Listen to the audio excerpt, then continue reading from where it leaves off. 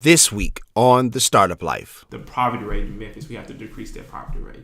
And the way that you can decrease that poverty rate, we start paying people a livable wage. All right, Startup Nation, so let's take flight with JB Smiley, attorney and candidate for County Commissioner of District 8. The Startup Life begins now. 7, 6, 5, 4, 3, 2, 1. You'll never have the sacred stone. Oh, this you crazy mother.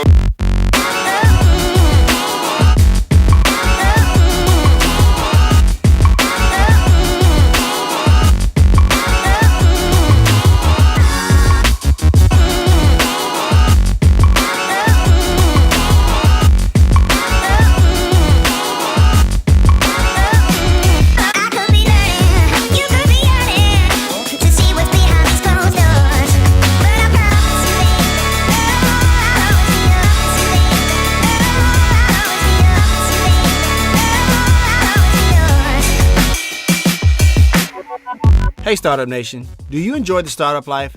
Now you can let the world know with gear from the show.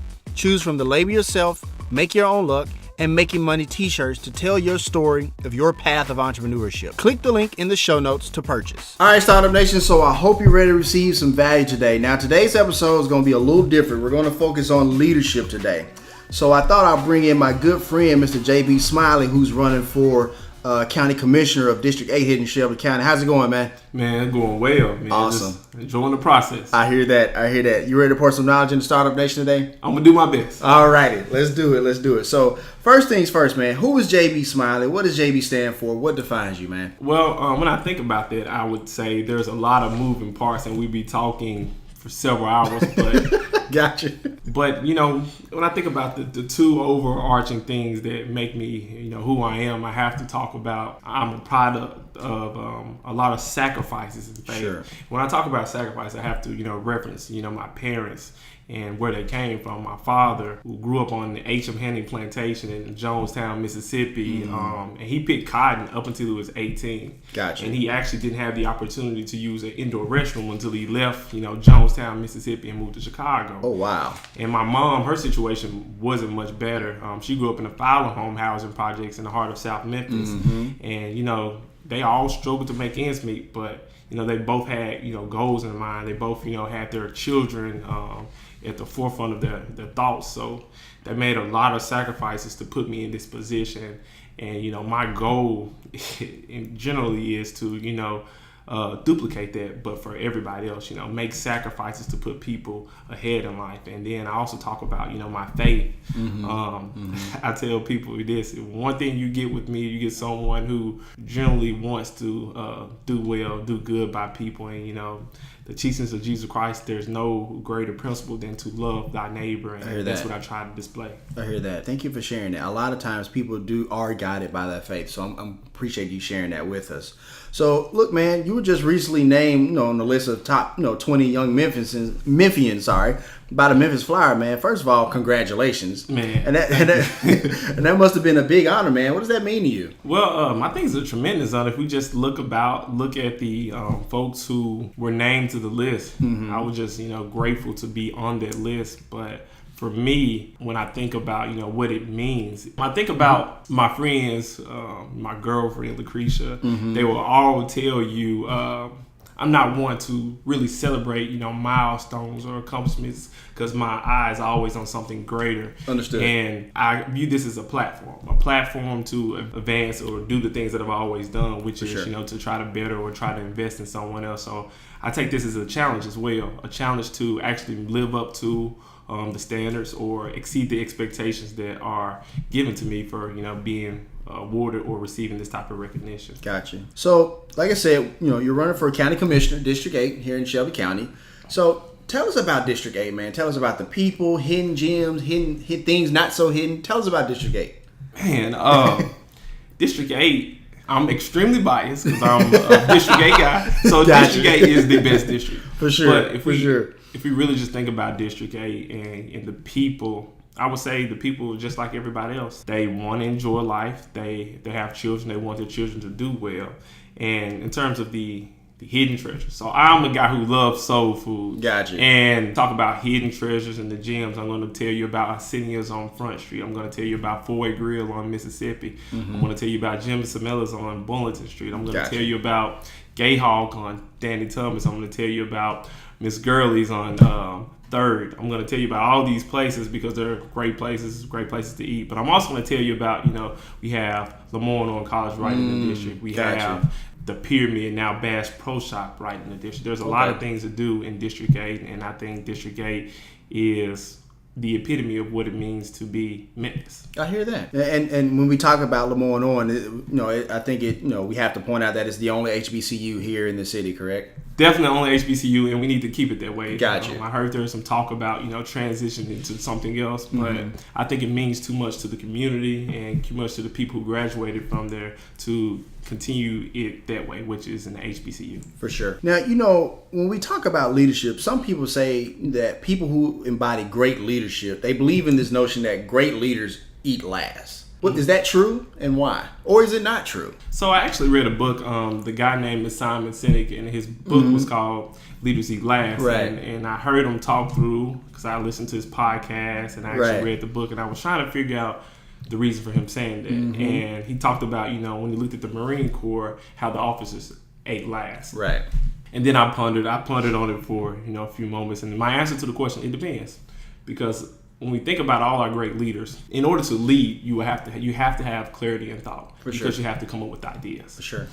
And you actually have to have the energy to get the job done. So the only way you can have the energy is to eat well. But it's not necessarily literal leaders eat last. It's more, it's not literal, it's different. So what they mean by that is great leaders know when to make the sacrifice for the people they're leading or the people they're serving. And we're in the heart of MLK 50, so let me reference Dr. King when I talk about leadership. For sure. Dr. King had a group surrounding him because all great leaders have people surrounding them, people protecting them from the onslaught of whatever there's negative that's coming their way. But also, when we think about Dr. King, he had everything he needed, but he still, put himself in the position to be the ultimate sacrifice for the movement which he was leading. So it's all about, knowing when to make the sacrifice and making the sacrifice, at the right time in order to move people forward. Gotcha. Okay. Awesome stuff. Thank you for sharing that. As a leader, and you talked about, sometimes we have to make those tough decisions, right? So have you ever been in a position where you had to make a decision where it was not very popular amongst your team, but you knew it was in their best interest? Welcome to the practice of law. Gotcha. So fair enough. all the time. So, in the practice of law, your goal is to get the best possible result for your client. However, when you think about getting the best result for your client, you have to take into consideration what their end goal is. You have to take into consideration the way that they want to get it done.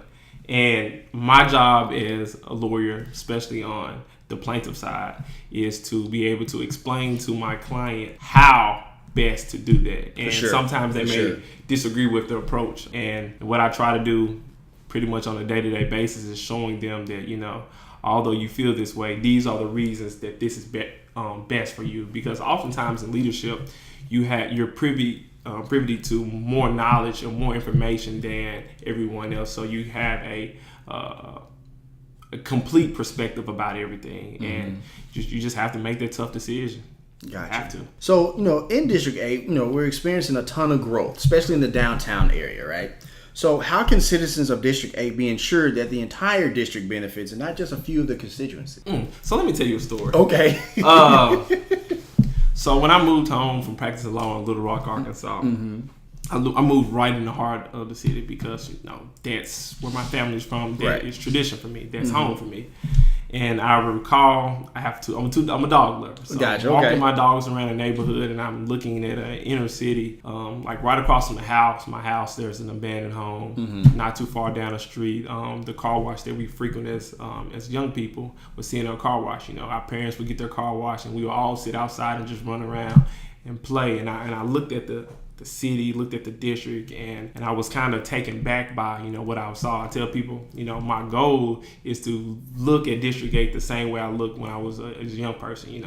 Maybe I was naive. Maybe, my lenses at the time were just innocent because I saw District 8 as this blooming, this prosperous place. Mm-hmm. And for me, what I would like to see is equitable distribution of resources in our city. And I tell people, my goal is we have to continue the revitalization of downtown because it's important to tourism, it's important to the people who live downtown, but we cannot forget about the people who live in the underserved communities. We have to change that narrative as opposed to calling them underserved. Under my leadership, all of us will be served because it's important. It's important for unity in the city as well. Understood. Thank you for sharing that. As you're well aware that, Kroger, there are 2 Kroger stores that'll be closing in the Memphis area, pretty soon. Yeah, they've already closed. Oh, well, I'm sorry. They've already been closed, and so that's kind of created like kind of a food desert situation in both South Memphis and Orange Mound. And so what I wanted to know is, can you explain the impact of food deserts of a place like South Memphis and Orange Mound? And what are some of the ways that we can reverse that trend, starting with you, as a leader in the community and the citizens that live in it? The other day, I was speaking to people in the community, and I knocked on the door, and this lady answered, and she asked me, "I'm glad you knocked on my door." I was like, "Why?" and her response, she said, "Well, let's sit down and talk with me." So we sat down on her steps, and we talked a little bit. And the very first question she asked me is, if you knew that the Kroger in the Southgate Shopping Center was going to close 2 years ago, what would you do differently? And I never had an opportunity to think about it, so I paused for a moment and I really thought through, the things that I would like to do differently. And every time when I was thinking through it and responding to her, I couldn't help but think about the people in my neighborhood, the people who rely on Kroger for food services. For sure. And the thing that I couldn't get past was the fact that in 38126 where I live, that Kroger is about 3 miles away. And people were walking there because that was their source of food. Right. People were attempting to take public transportation there, but it was faster for them to walk. And when we lose a place like Kroger or any full service grocery store in communities that rely heavily on that, whether they're walking, whether they're catching rides, or whether they're driving themselves, it creates a void in the community. It's requiring people to rely heavily on corner stores to get food, rely heavily on smaller grocery chains that don't necessarily have all of the food services. So the impact is significant when we talk about areas in which the access to healthcare is limited. We talk about areas in which the poverty rate is extremely high. So we have to find creative ways to addressing that problem because everybody deserves access to healthy food. Understood. So the way that we can address it is the same way that we attempted to lure Amazon in or attempted to help businesses who seek tax breaks. We have to incentivize, whether it's grocery stores, incentivize businesses in general to locate and open up in our inner cities. Understood. Everybody deserves access to these resources. It is imperative for any thriving community. When you talk about creating livable communities, one of the very first things that any person would say is, I need a full service grocery store. It's absolutely vital, it's important, and we have to be creative in terms of bringing businesses and grocery stores into the heart of the city. So, me and you were mentors at STS. Woo-hoo, shout out to STS. Right, absolutely. And so we know some of the challenges some of our youth face. Let people know some of those challenges that they face and the opportunities that you see to help them. That is a loaded question. We have to acknowledge the fact that the majority of our students grow up economically disadvantaged. Mm-hmm. When we look at their success rate when they start school, well, when you're economically disadvantaged, the numbers show that you're starting school behind almost all of the time. So we have to think of creative ways to help those young people get to the position they need to be. And we also talk about, I reference walking down my street when I walk my dogs, and I see just young people with nowhere to go and nothing to do. So there's ample opportunities to help young people. I don't really like to say challenges. I would say there's an opportunity there. Okay. And in District 8, there's ample opportunity.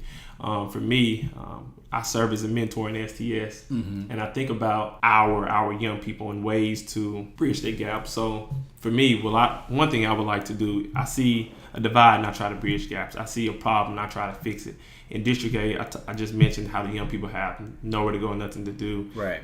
What I would like to see and the things that I would advocate for would be more mentorship programs, and not necessarily just mentorship programs that give young people an opportunity to experience life differently, go to places they wouldn't necessarily have an opportunity to go. We have the poorest zip code in District 8 in the entire county. We also have one of the wealthiest. I would love to see a situation where corporations, businesses, individuals, work together with these young people to move them forward, whether it's, providing laptops to the underserved, or whether it's, taking them to a Grizzlies game, or whether it's sponsoring a trip to college. But there's ways and there's opportunities for us to work together to unify the city, but also put people in a better position than they were the day before. Understood. And I like the part where you talked about, having those kids having the opportunity to be exposed to different things outside of what they normally see. And that kind of leads me to my next question, because we're trying to prepare our kids for a 21st century economy. And, everything is STEM related: science, technology, engineering, math, this, and the other.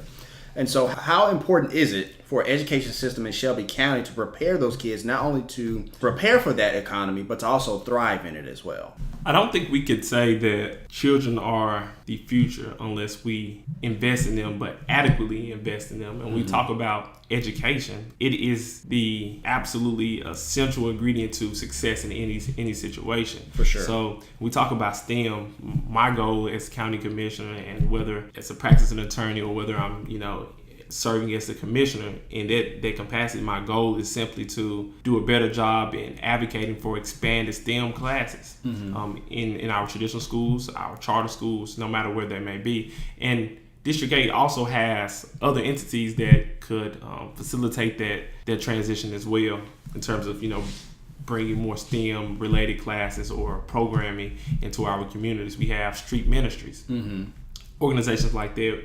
I think we need to invest in, because they have the ability and the ability to reach out to communities, no matter where they may be, to bring people in, to teach them the things which will be absolutely necessary for them to thrive in the economy going forward. Understood. On your website, votejbsmiley.com, you state the following. Thanks for the plug. No worries, no worries. There is a correlation between crime and poverty, crime and stagnation, crime and lack of education. We must first address the roots of our issue before we attempt to critique what blooms. Could you explain this correlation a bit, and how will you address this as Commissioner of District 8? To be as concise as possible. Okay. This is another one of the loaded questions. I'm sure. If we just look with understanding eyes at the population of Memphis and the high crime rates, or in the United States, we will see that in any area where there is a high crime rate, the poverty rate is also high as well. We talk about Memphis itself. Memphis has I think it's about 27% poverty rate, which is well over the national average. But then we talk about, Black Americans. That poverty rate inside Memphis is about 32%. It's significantly higher. And we look at District 8, when we talk about 38126, 38127, 38105, the North Memphis area as well, we're talking about a high poverty rate. And then we also must acknowledge the fact that there's a high crime rate.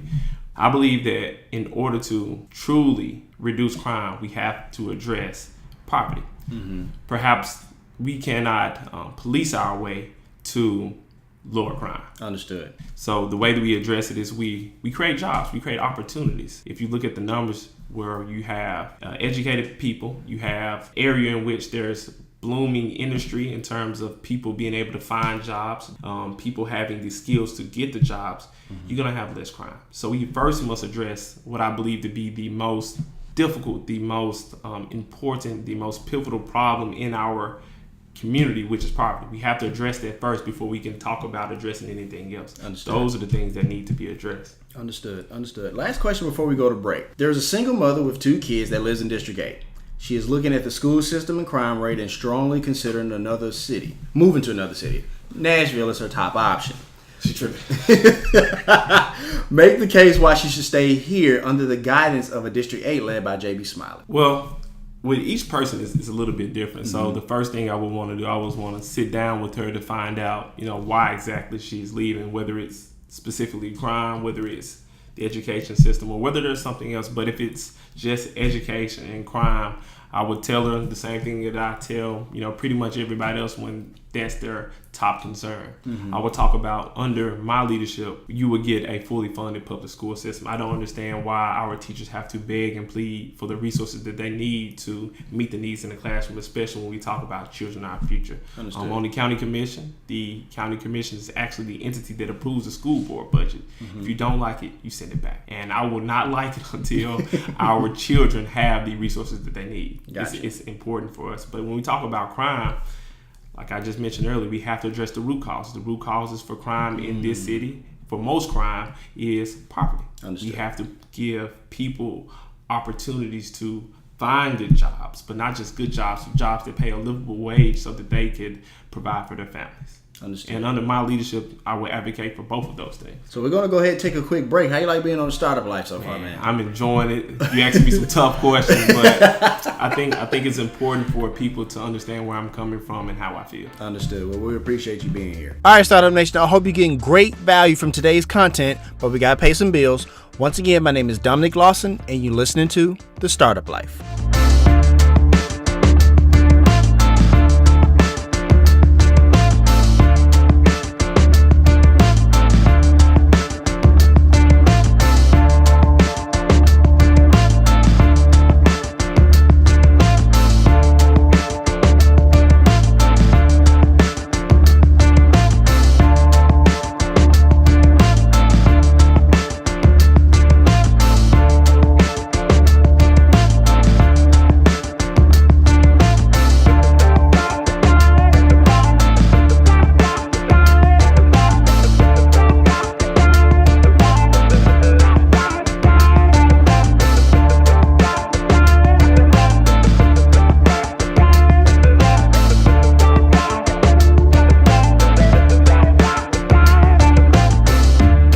If you are a teacher looking for great resources, look no further than our Teaching with Al section of our website. Enjoy great lessons such as our mini lesson for the story of an hour, or dive into the Nixon presidency as part of our legacy series. Enjoy great peace of mind from our units as they are Common Core aligned. Click the link in the show notes to purchase. All right, Startup Nation, so let's continue. So let's hop back into it, JB. On your platform, you speak of community-focused business plan and a business and for businesses to be good corporate citizens. What does that mean, and what are the possibilities of that concept if it works? Well, it will work. Okay, fair I'm biased. enough. This is what I would say. Fair enough, okay. A community-focused business plan is a simple, and it's a concept that says the businesses have to be a part of the community. Gotcha. So when you come to the Board of Commissioners, or you go before the Edge Board trying to obtain some type of tax break or incentive, my stipulation, my position would be, okay, what are you going to do for the people in that district? Right. How are you going to help the people? I would argue that if you want a tax break, if you want some type of incentive, you would have to pay a livable wage, because our people need it. We have to move the poverty rate in Memphis. We have to decrease that poverty rate. And the way that you can decrease that poverty rate, we start paying people a livable wage. And also, it would create greater buy-in from the stakeholders. If we have communities businesses in the community that truly care about what's going on in the community, the businesses will start pouring into the community. The people will start pouring into the business, and that way you have a more viable, what I would consider a livable community. For sure. So we have to be considerate of that when we talk about giving people tax breaks or tax incentives. We have to require that the company, the business itself, actually buys into the community. Gotcha. And vice versa. Understood. As a veteran, I know there are a lot of veterans that come home to Shelby County and that are not set up for success. Some of them even become homeless. How as a Shelby County Commissioner, can you help solve this issue? Well, I will first want to shout out my father, who is a Vietnam veteran. And when I think about veterans, I always reference, my father, because I learned a lot of things from my father. And when I think about, the issues with veterans in Memphis, Tennessee, and throughout Shelby County, I was trying to figure out a feasible way that I can address, the various needs of that segment of the population. And one thing I would love to propose is a specific allocation for veterans. And that specific allocation would be a program in which we do at least 3 things. Gotcha. One of the most important would be to help facilitate a transition from someone who transitioned from active duty to civilian. Okay. And also we have to address those who come back or transition from civilian, those who lack the training and the skills to get jobs. We need to have programs in place to close that job skill gap, give them the skills they need, and then once they have the skills they need, we help them transition into a job. Gotcha. But not only that, there's another piece of it that we have to address when people go to active duty, end up in some type of fights or battles. They come back with conditions, mental illnesses. We need also another piece that addresses the underlying mental conditions or illnesses that folks who come back from duty, war, and active military duty have. We need to address mental illness. We need to have job skill training. We need to have people in place that can help folks transition into a job. Understood. Thank you for sharing that. Because like I said, as a veteran, it's one of those things that hits personal for me. Because I see some of my battle buddies where they're not doing so well. They're really not. So thank you for sharing that. My father often tells me stories about some of his friends, and I think that's why veterans are hold a dear place in my heart. Appreciate that. So not only are there county commissioner seats up for grabs, in Shelby County, there also will be a new Shelby County mayor. If elected to the District 8 position, how will you not only plan to work with the new county mayor, but also hold him accountable? Well, this is when I talk about, my career. Okay. As an attorney, my job is to advocate for my client, but also be able or put myself in a position to work with anyone. And I think over my career, I've been able to work with just about anyone. And if you play cards, you got to know when to hold them, and you have to know when to fold them. And, for sure. And you have to know when to go all out, or go all in, rather.